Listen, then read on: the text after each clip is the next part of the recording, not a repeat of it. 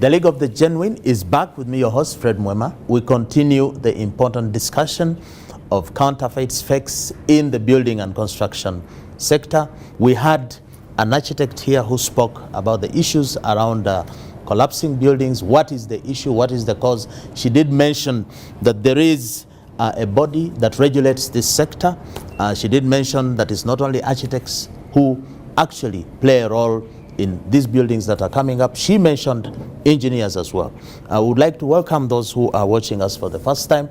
This is the only show on the planet that deals with issues to do with counterfeit, one of the most ignored and neglected subjects.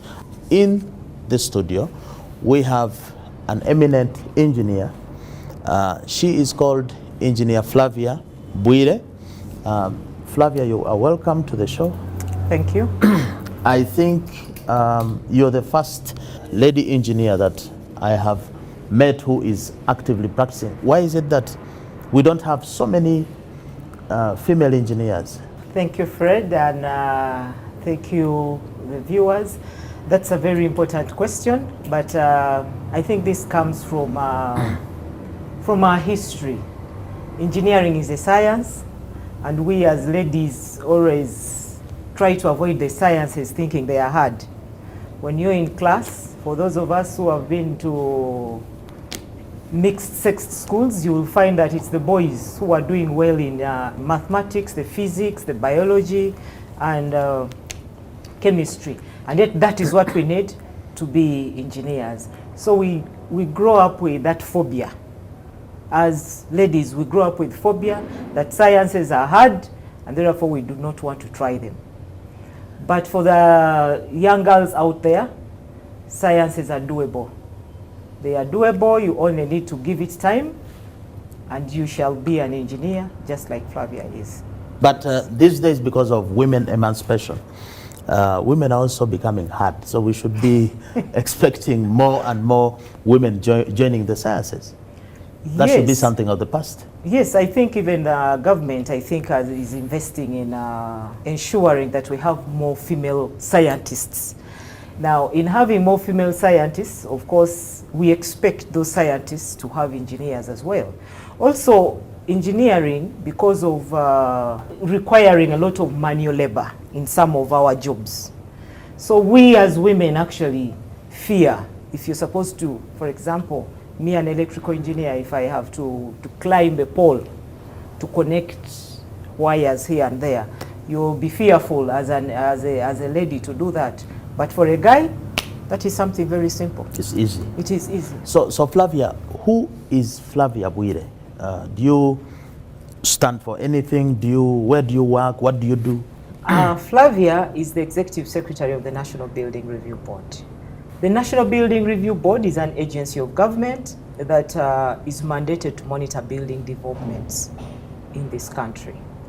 We are also mandated to ensure that all buildings to which the public have access cater for persons with disabilities. On top of that, we hear and determine appeals of all persons that are dissatisfied with decisions made at the local authorities.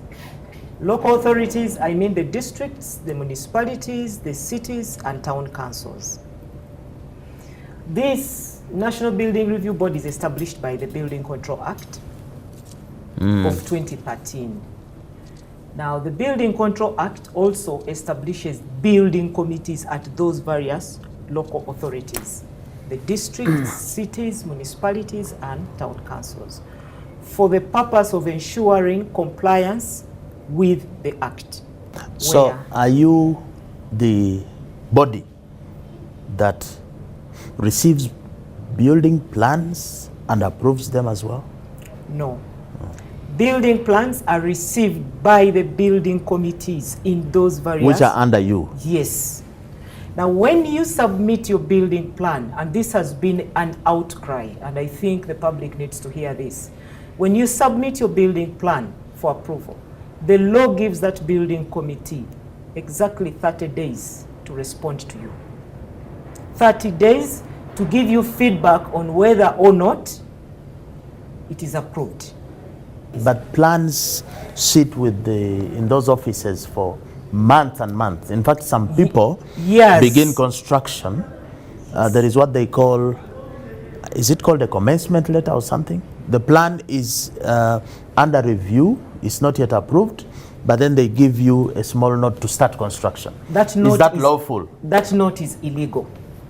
That is an illegality, and the public needs to know this. So for us, when we come monitoring buildings and we find you with that note and constructing, you'll have broken the law. But the note is issued by the committee, which is under you.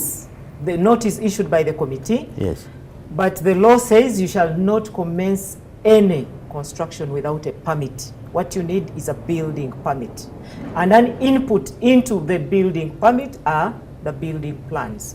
So you submit your building plans for scrutiny by the building committee, and then they issue you a building permit. What does the building permit contain? It contains the specifics of your building that you're going to construct. Where is it located? Who are the supervisors? When is it starting? When is it ending? It has all that detail. Why do we need that information? We also want to know which engineer, which architect is in charge of the supervision of that particular site.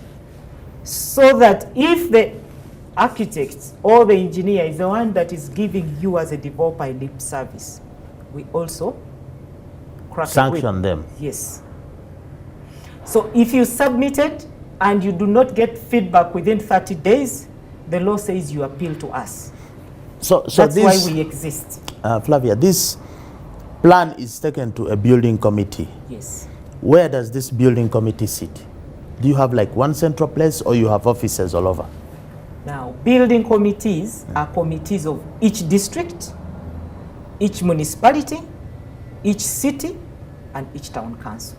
If you are building in Kampala, for example, you submit at KCCA offices. They have a building committee. That is Central Business District. Yes. And if you are in Nakawa? No, for now, KCCA has one building committee for the whole authority. So the staff that sit in Nakawa attend those meetings of approval at City Hall. So that's how it works. If you're building in Chida, Chida has a building committee. Submit to Chida and ensure there is evidence of submission. What are the requirements for submission, apart from the plan? Do you pay a fee? Yes. What's the official fee? The official fees depend on the building in question. The law categorizes buildings into Class A, B, and C. Class C is the smallest of them all, and it is the simplest. It is 30 square meters. Where we are seated is about 60 square meters. So this doesn't qualify for Class C. So Class C building is the smallest, and there you will pay a flat fee. I may not have those figures with What's me. the range? 100,000, 1 million? No. For Class C is 1,000 shillings per square meter. 1,000 shillings of Uganda? Yes, which is 30,000 for approval. 30,000 shillings, that's what you pay.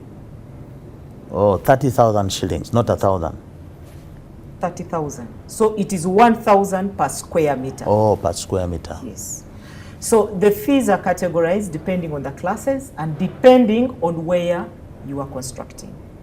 If it is a location that has a lot of environmental impact or even social impact, the fee is higher. The fee is higher because it's assumed that the local authority needs this fee to be able to bring you the social services that you require. The local authority or the building committee? Because remember, this is a payment for a construction, yes, which must be monitored. I presume it's monitored by the building committee. So this 30,000 will cater for the transport, for the airtime, for your people on the committee. It doesn't go to the local authority. Now this payment, as we speak, we have digitized the processes.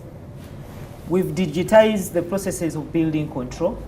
If you must submit, for now, Chida, Jinja, and Entebbe are online on BIMS, www.bims.go.ug. It is the National Building Industry Management System. So this, wherever you are, you submit online. Just submit online. And you pay online. You pay online. And you get the approval online. Online. For those because three locations. See, Flavia, there has been a big issue. You take the plans, you submit, it takes its time, and then you have to pay a lot of unofficial fees. A lot of unofficial fees in the millions, yes, to get a plan approved. The National Building Review Board was actually inaugurated in 2018, October 2018. But many of us might have never heard of the National Building Review Board. Why? It's because we sat back and first invited a few stakeholders. We wanted to hear from them, where has the challenge been when it comes to building control? And the ideas they gave us translated to our first strategic plan, which actually set into motion BIMS. Because everybody said, if you automate the process, we shall be done. You automate the process, we shall be done. So we chose as the first thing to do was to automate the process. That if the processes are automated, it will make it easier, it will make it transparent. Yes. In one show we had here, an architect told us that there is a prevalence of faking of plans, that some people on NASA Road or somewhere will go and draw for you. So how does this automated system sieve out the fake plans? Or somebody will just upload the fake plan and you approve? How do you tell that it's not fake? Okay, that is one of the answers BIMS has. When you upload as a developer, actually it's the developer that is allowed to upload, or his authorized representative. And authority... Who is technical person? No, authorized representative. So if I got an architect that drew my plans, the engineers and so on, they have submitted them to me in soft copy. I log into BIMS and apply. And I will be asked who my architect is. If you mention... Who drew those? Yes. Okay. If you mention Flavia, an email will be sent to Flavia for verification. So the system is integrated with all the professionals. We have the architects registration body. So you cross-check. That registers architects, and they have an interface with us. So if you mention the Flavia as an architect and they don't have Flavia, then your plan cannot be processed. It can't even... But it's one thing to mention a name of an existing architect. Yes. And it's another thing for that architect to have been the one to have drawn those plans. Why? Because we have cases where some architects are not professional. They will just lend their stamp to a document. They actually hire it out and just stamp the document and it goes. They actually have not drawn the drawings. Yes. Do you check the quality of the work that is said to have been done by Engineer Flavia? Or you just send the email, the moment she replies, boom, gone? No. There is a building control office that has engineers and architects that are supposed to sit and review these particular drawings and then issue, and then the building committee issues a decision. So it's not about you just uploading. Yes, upload, give us all the information. Then the committee sits to review that particular information and sees whether or not the drawings meet the standards. And what standards do we refer to? The National Building Code of 2018. So, presupposing that in, let's say, 2016, we didn't have a building code. No, we didn't. So how were we building? Zigzag. You build this side and this side. British standard. British standard. Yes, so, that's what we were using by then. Oh, so we had a code, British standard. Now we've gone lower or higher? We have now which standard? No. The code we have is now Ugandan standard. It has been Ugandanized. Yes. Okay. It is now Ugandanized. And we are so actually I don't know whether going that makes ahead. it better or... It should make it better. It is better. If it because makes... it's not about doing things the way the British do, the Britons do. No. It's about doing things the way we do them here. You see, unfortunately for a building, no two buildings can be the same because of the siting. where you're putting the building, even if it is 4 levels, both buildings are 4 levels, the dynamics here are not the dynamics in the neighborhood. So you can't copy this one and put it the other side. This side also needs to be studied in order to... Case by case basis. But it's a case by case. Engineer, we called you here because many people were asking to hear from the regulator. So I think you need to explain, despite the building committees and all the nice things you're uploading that you're talking about, we are having buildings collapsing, we are having people dying. Okay, somebody goes out to work on a site, they're not sure if they will come back. It could cave in, especially during the rain season. How do you, as the National Building Review Board, account for these deaths that we are having and these collapsed buildings?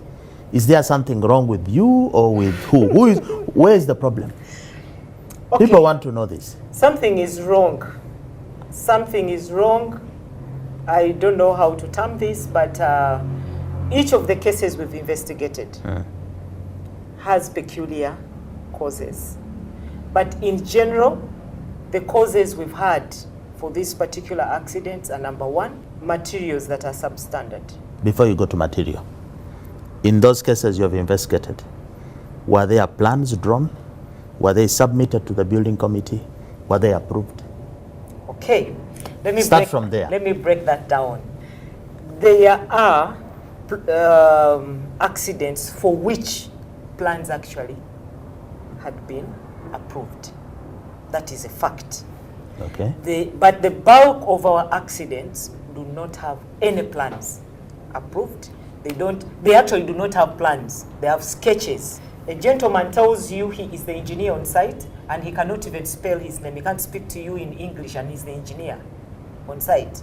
He's the one who just does things by freehand, and then you're doing a 4-story building, yes.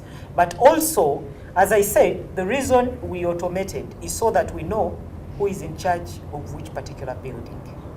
So even you, the public, tomorrow, when a particular building comes down, you'll be able to go to BIMS and search Flavia. and you will see how many buildings Flavia has caused to come down. So you, as you're looking for an engineer to help you do your job, I think this is a platform that will be very good for you. Because for as long as you see this Flavia, who is associated, then you know that's the one. Okay, the first reason is, okay, in most cases or in some cases, no plans are approved, which is a weakness for the building committee and a weakness for your board. Yes. You are not present monitoring, enough.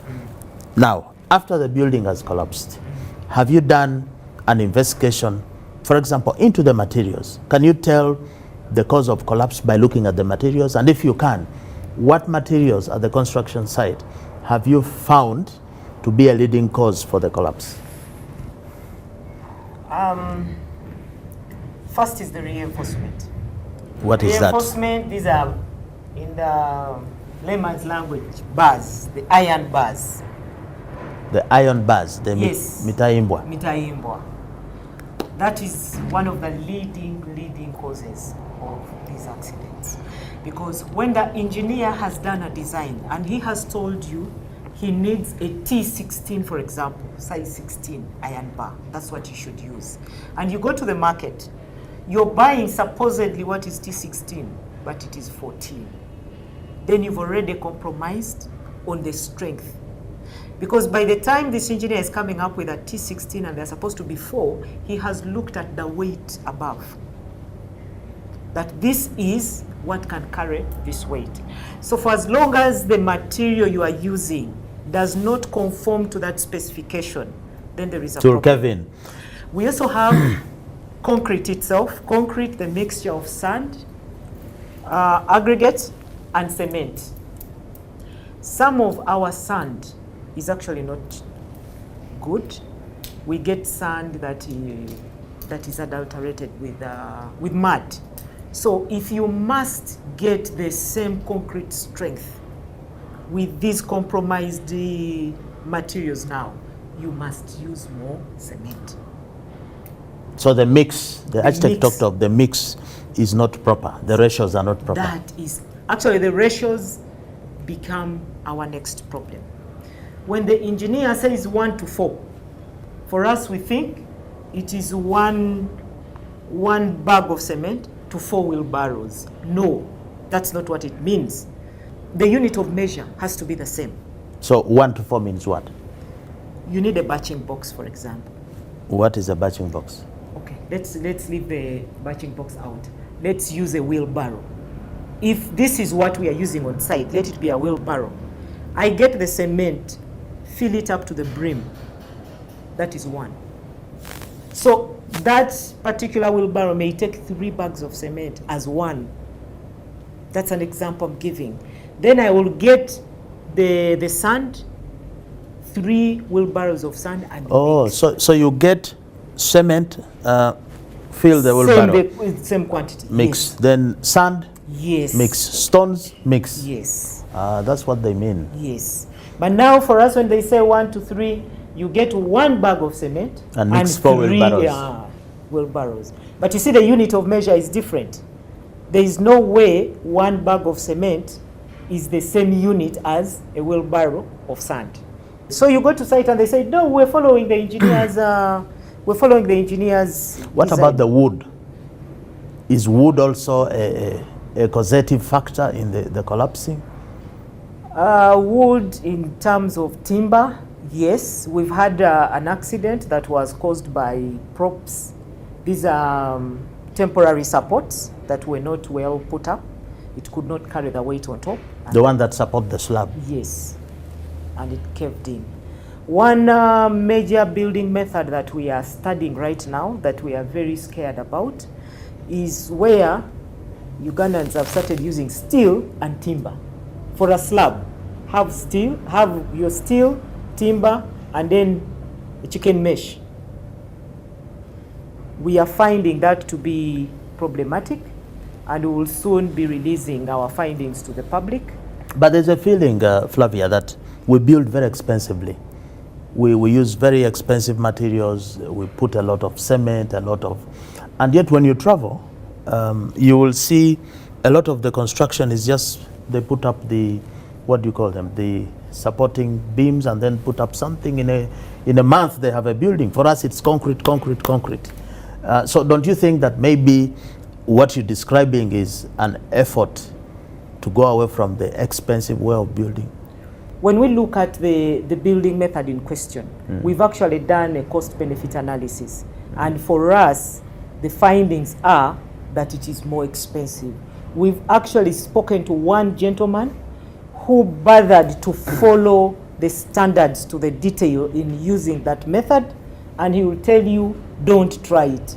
Because if we look at our timber downtown, we harvest timber which is not mature.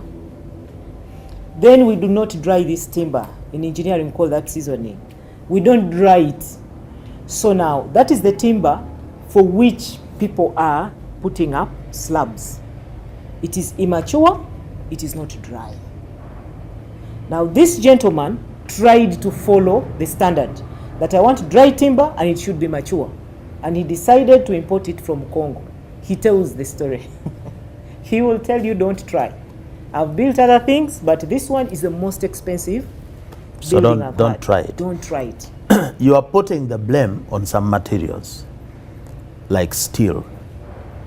So when you do the review, you are a review board. When you review, are you able to establish the source of this fake steel, for example? Yes, we are able to do. You know, this steel has the manufacturer. Each bar has? Yes, each bar has a manufacturer. Each bar has a manufacturer. So when we retrieve these bars from the accident site, we take them to the lab. And the lab gives us results that we base on to make decisions on who to charge, who to blame, who to... You mentioned off camera that under the new beams system, you have a wall of shame. And you mentioned that on the wall of shame, you put engineers there or architects who are fake.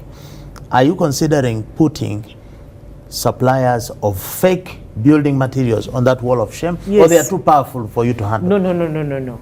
Now that beams is in existence, any accident that we are going to be investigating, for as long as we get your materials on site, we test them, and they don't meet the standard, we shall put you on the wall of shame for all Ugandans to know that you caused that particular accident. So this is a message to steel manufacturers, to cement manufacturers, to suppliers of sand, to guys Yes. of mesh, to all suppliers, all manufacturers, all the engineers as well, all the professionals, because we've also gotten situations where professionals are just stamping. They just stamp these designs. They just stamp. They don't. They have not gone to site. Some guy has done a design, then they bring to you. You stamp. You own it, and we are saying when you own it, and anything is wrong with it, you also take the liability. Flavia, what you're saying sounds good, too good to be true. To be true. How are you going to enforce these measures, these good measures? Do you have capacity? Before we enforce, can we do the publicity, public awareness? And this is where I call upon all stakeholders, including the anti-counterfeit network, to support us in this. Flavia, we're going to heed your call to support, because for us we fight fake behavior, fake products, and whatever it is. So we shall heed your call. But where is the building code? I mean, you need to have materials or information to support the awareness campaign. Can we have information out there that is published, giving details of the procedure, of what happens, how you report, what it is you need, what you have to pay? Can you give this information and it's put somewhere on a portal so that even those who will support the campaign to disseminate, because somebody should be asking here, is this information on your website, for example? Yes. Where can they find it? All the information is it on our translated? You said many of the builders cannot speak a word in the Queen's language. So is this, do you have a campaign to translate it into local language to make it easy for people? The translation, we have not yet gotten to that level, but all the information that I've referred to is on our website, www.nbrb.go.ug. All the information, all the legal framework is there, all the procedures and processes that you require, the rates, the fees that you're supposed to pay for these services are all presented there. The fees that you're paying include fees for inspection. So no one should tell you they need transport. No, the transport is paid and it's part of those fees. So your role is pay and wait for feedback. And only ensure that you're professionals, because you as the developer, you choose who you want to do your design. So whoever you've chosen should have done a good job, because we don't want to reject. Because when you reject, you start afresh. Going back to the subject of fakes that are causing buildings to collapse, it's not just that buildings are collapsing. Buildings are also catching fire. And there might be some fakeness in there. There must be some counterfeit in there. What is causing buildings to catch fire? The whole time I was in secondary school, I don't recall a single school catching fire. But these days, it is common. Schools are catching fire, kids are dying. To what extent are counterfeits causing the building fires? I may not give a figure to that, but I know that counterfeits actually are causing counterfeits in both material, yes, and workmanship. The electrical materials, for example. The materials themselves, for the places that we have investigated, we've discovered that there's a tendency to use smaller sized cables. For a job, they are not designed. Smaller sized cables are a problem. Yes. The wires. Yes. So instead of having the 1.5, for example, for lights, today it is practice to have a 1.5 what? Gauge? 1.5 millimeter square area of a cable. Instead of the 1.5, today in the market, you'll get 1 millimeter. That is the area that you're going to get in the market. So you'll hear one person telling you, me, I bought mine cheaply. yours is expensive. But the problem, So the according difference to is the in the need, let's say of a dormitory of the children, you'll need a 2mm wire. Even more. Okay, maybe 2mm as an example, Yeah. to carry power Yes. for the kids too. So how does having 1mm cause a fire? You are overloading it. It is carrying beyond what it's supposed to carry, and therefore it will catch fire. You know, a building is like human life, like your body. Needs to be renewed. Yes. If you don't do medical examination once in a while, you will break down.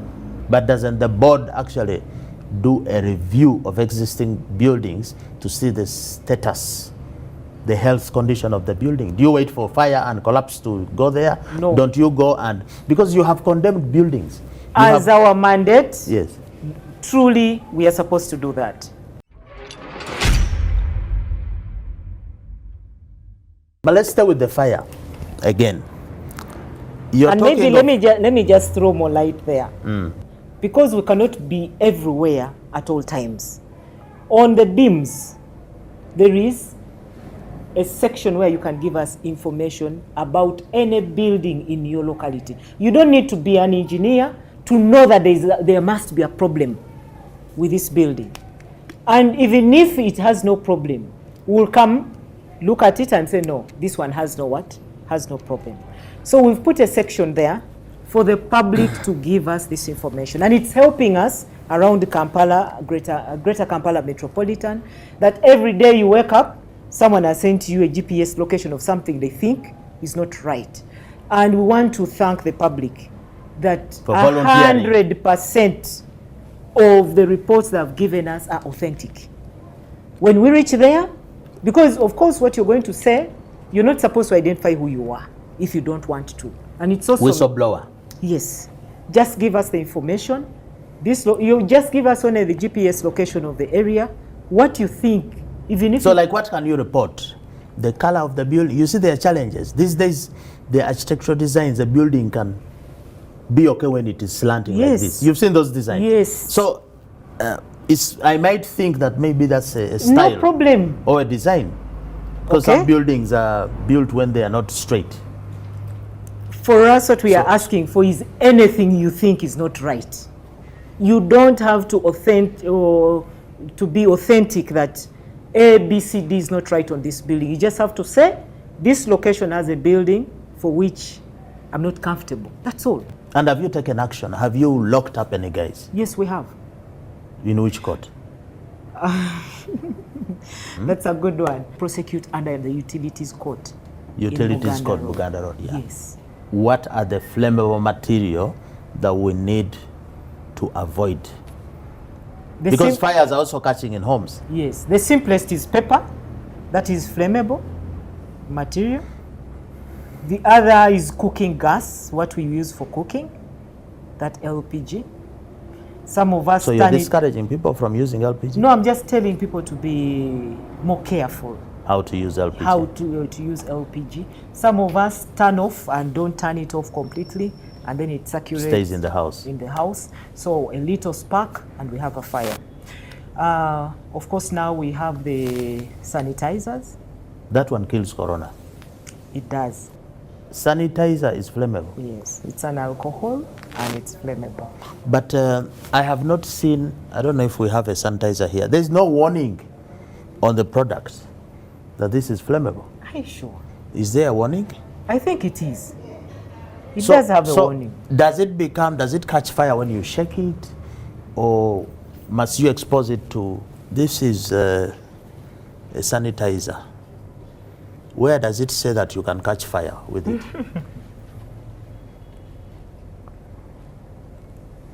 Flammable. It's written. Yeah, but when you say flammable, you see there are details. For example, there are some products where they say keep out of the reach of children. You know, some detail. Okay. When you say flammable, first of all, flammable. What does it mean? What does it mean with with our people? Maybe if you put fire, and you put a sign of fire, okay, I can see there's some little sign there, but it's not even a reddish, yellowish fire. No, maybe it. This is a blue fire.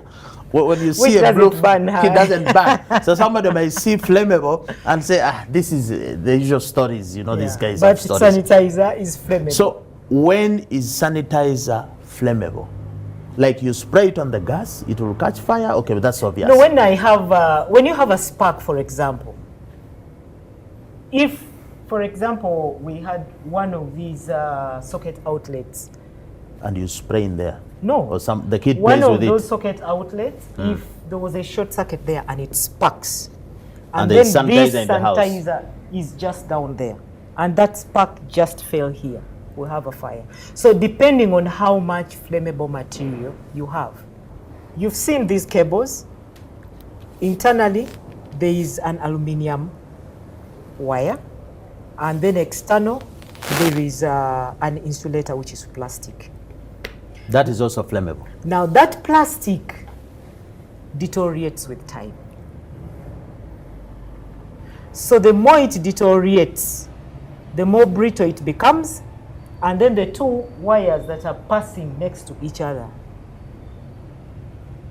So you need to Short change circuit, yes. over time. But then the wiring is done, some wiring is done inside, and then they put cement. So to ask somebody to go knocking the whole house four floors. No, that is why, even in the law today, after you've built a house, we need what we call as-built drawings. As built, Yes. after the building, Yes. you do drawings again, which are now approved. show, no, it's just for record purposes. They are not for approval. It's for record purposes. They will show you which cable is passing. So when you need to do the maintenance, you're just following that. You know there is a cable here. The outlet is here. You just pick out the outlet and pull out the wire. And then you can replace it. That's why we need the as-built drawings. But today, as we speak, many buildings don't have those as-built drawings. And then also we have a lot of burglar proofing. Everywhere you go, even in the schools, those kids who got burnt, I'm sure they got stuck in the buildings because there's burglar proofing. Is this something the Building Review Board approves? Should we have burglar proofing in the windows? There's a fire. There is a snake in the house and you're there in the burglar with a snake. So why don't you... And the snake can use the burglar for you, can't you can't get out. But isn't this a design defect? Forget about my wishes as a person. If I have phobia, I think that burglars are coming every night. So, but isn't it a design defect that you need to... It's not a design defect. If we have a fire escape route. Fire escape. Yes. If you have a fire But even the way to the fire escape, there's a burglar. Then that's not a fire escape. Fire escape really is supposed to be the fastest means by which you exit a building in case of a fire. Yes. So if we have a fire escape route, then the burglar has no problem. But as the National Building Review Board, we've noted with concern the fact that our schools, especially boarding schools, have that burglar. And our fear has been that our kids who go to are such endangered. schools are endangered. So why don't you decree and say no more burglars? So proofing we have actually commissioned a study into that issue. And we will be informing the public on the outcome. The ventilation, very small ventilation up there, very small holes. It's never cleaned. There are cobwebs and dust. In your investigation of the collapsed buildings or failure of the buildings, who of these 5 professionals is having poor workmanship? Is it the architect, the civil engineer, the electrical, the mechanical, the surveyor? Okay, lawyers are not there. Who is causing a poor workmanship? The lawyers are the ones who draft the contracts. Yes, which but contracts we can't enforce. We shall have a lawyer's show next time. But who on those 5, with those 5, is causing fakeness, poor workmanship? Now the challenge is from your review, because you do reports, not just on materials to tell us the steel is fake. Yes. Which professional was fake? Who dropped the ball? Now, I don't know how to answer that question, because for the particular buildings in question, we had, for the bulk of the buildings, didn't have any profession. No profession at all. So I cannot put blame anywhere. For those buildings where we had designs, the engineers and architects shared the blame. Did you ban them? The engineers Did you blacklist them? those You said you're going to put a wall of shame. wall of shame. How many have you put there? If somebody who has a reputation for defying the building code goes to Wakiso, defies the code, goes to PG, defies. We actually have those. Yes, so why don't you ban them and say you will never build You see, now? this is why this conversation is You are not a important, fit and because proper person. we get other ideas. Yes. Because that one we had actually not thought about. So that and is yet a deterrent. It's very important. It's a deterrent. So that somebody knows if I'm caught. It's like if you always cause accidents, they will No, yes. stop, they will take your permit away. You can't drive. You can't drive. So why should I build if I'm continuously defying the law? True. We are going to do that. We are going to put that into consideration. Going forward, we will discuss this with the board, because for now, the clearances we had for the developers together with, for the professionals, together with the manufacturers. When you fake, we put you there. Should we have hope that we're not going to have more collapsed buildings? What do you say? Ideally, that is our goal, that we want to reduce building-related accidents to near zero. But this is going to take work with all stakeholders, the general public. Some of us may not know that the illnesses we have, respiratory tract we have bacterial infections and whatnot, breathing issues, are coming from the buildings we live in. The fake materials in the building. Yes. We pray that you support us, give us this information. Also, be the ambassadors out there. Talk to date, I can tell you that despite the law being there on what fees you're supposed to pay for these services, people are still paying 4 times as much, including transport here, transport the other side, and so on. And it's because some people do not know that this is actually... Awareness is not there. Yes. And then people are also complaining their loved ones die on the site, you don't compensate them. What's wrong with you guys? The board, why don't you compensate? I'm not supposed to compensate them. After we've secured a conviction of this particular developer as being the cause, because that's what the law says, that due to your acts of negligence, commission or omission, you've caused injury this. Or damage, yes. Death. So if we can secure that conviction, that is the basis for which all these people need to seek their... And get damages. Yes. Engineer Flavia Bwire, thank you so much for taking the time. This is a very modest and genuine person who, despite holding a public office, she's owned up to the issues in the building and construction sector.